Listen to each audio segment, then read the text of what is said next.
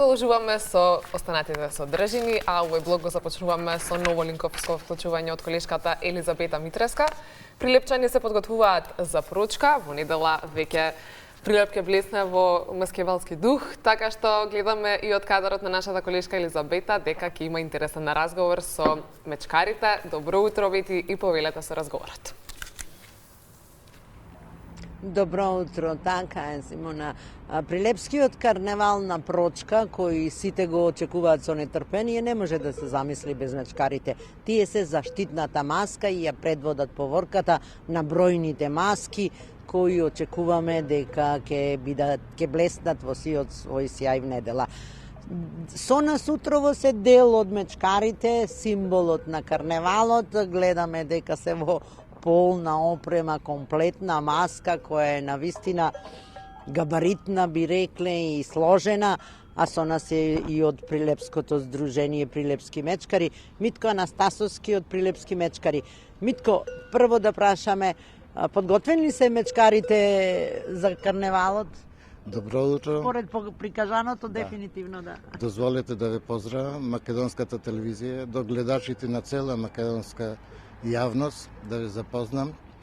Прилепските мечкари се комплетно подготвени за карневалот и тоа со сета нивна опрема, кој што захтева многу работа за нивното облекување и припремање на самите маски за карневалската поворка што ќе се одржи во недела, главниот дел на карневалот. Кукава ќе биде групата? Групата се очекува да биде најмалку само на мечкарите 50 до 60 души, меѓуто нашите напори се за тоа да се зголемува таа група и затоа се грижиме за што помлади членови да внесиме, затоа што нивната опрема е премногу тешка. Треба, значи, пример, да се носи таа тежина на грбовите на младите, да речем. Последните податоци и последните факти што ги пронајдовте архивски говорат дека мечкарската традиција, маскирањето е старо повеќе од 100 години. Дури имате фотографија од 1921 година. Кој обред е тоа? Обредот на касапите? Да.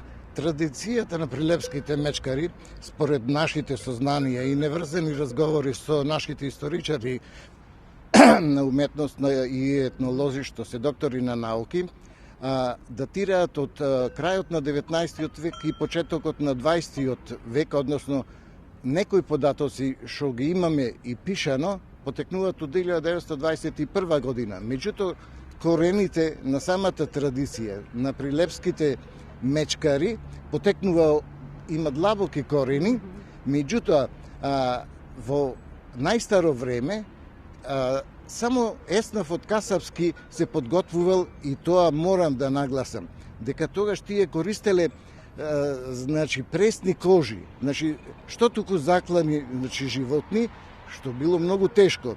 И сега се судираме со еден нов проблем, да речем, мора кожите да се штавуваат, пример, за да можат да се носат, да речем. И поради тоа што го прават, тие сакаат да ги избркаат злите духови, да се одолжат кон животните на некој начин. Така е, значи традицијата на прилепските мечкари, значи со нивното звонење, на нивните звонци, на нивните клопотарци, со нивните стапови, да речем, сакаат да ги избркаат на некој начин злите духови, а со тоа ја најавуваат и постите ги најавуваат, значи прочка карневал се најавува на некој начин и идиме до оној празник, да речем, што е кај нас познат прочка, кој по младите генерации треба да појдат кај по старите генерации еден вид да побараат прочка, а ние кога одиме бараме прочка, а по старите ќе кажат простено ви од мене и од Господ. Значи поврзано е, се извинувам, поврзано е со христијанските начини и обичаи наши. Сега да прашаме Давид Петрески, еден од мечкарите. Давид, можеш ли да ни се приближиш? Колку тежи се таа оваа опрема? Од прилика до 60-70 кг.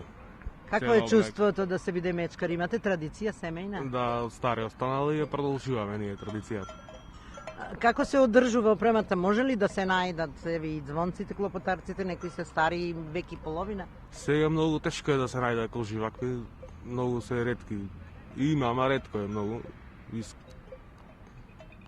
И тешко се И наоѓаат. тешко се наоѓа, Затоа треба да. да се зачувуваат. Сигурно да. преку годината се одржуваат. Да. Имате посебен обред, го почнувате в сабота, посета на касапите? Да, тоа постари мечкари што се од парано, тие одат од ојчаните, ги посетува, ги кана на Прилепски касапски граф. Ке ве видиме и в сабота и в недела. Метко, уште едно прашање. Се задржува ли традицијата, бидејќи оваа маска, обредна маска е заштитена од Министерството за култура во 2019 година како посебно нематеријално културно богатство, па како тоа ќе изгледа, се одржуваат традициите, се наоѓа ли целата опрема? Да, традицијата обрнуваме посебно внимание да ја задржиме и да ја оставиме на помладите генерации, поколенија да продолжат со нас. Нашата грижа е огромна за сето тоа, да ги припремиме мечкарите.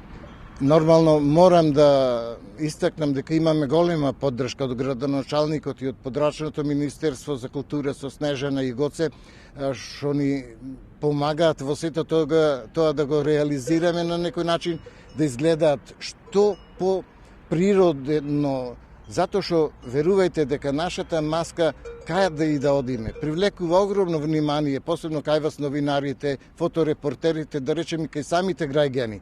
Со нивното звонење на звонците, на клопотарците, тој звук што треба само да се доживее на некој начин, побудува посебно чувство и кај децата, а и кај постарите генерации.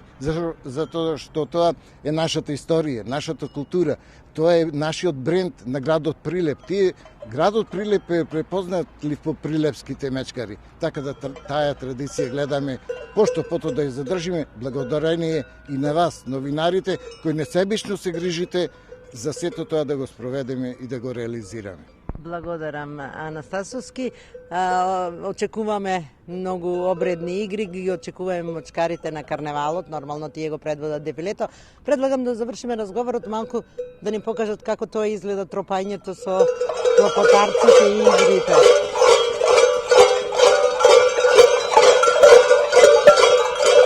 Ете, тоа е само почеток и најава за карневалот Прочка, кој без мечкарите не може да се замисли. Па поканата е отворена за сите за внедела на Прочка во Прилеп. Студио.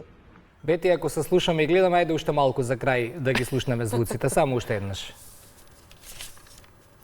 Уште еднаш? Ајде уште еднаш да слушнеме како тоа изгледа обредот.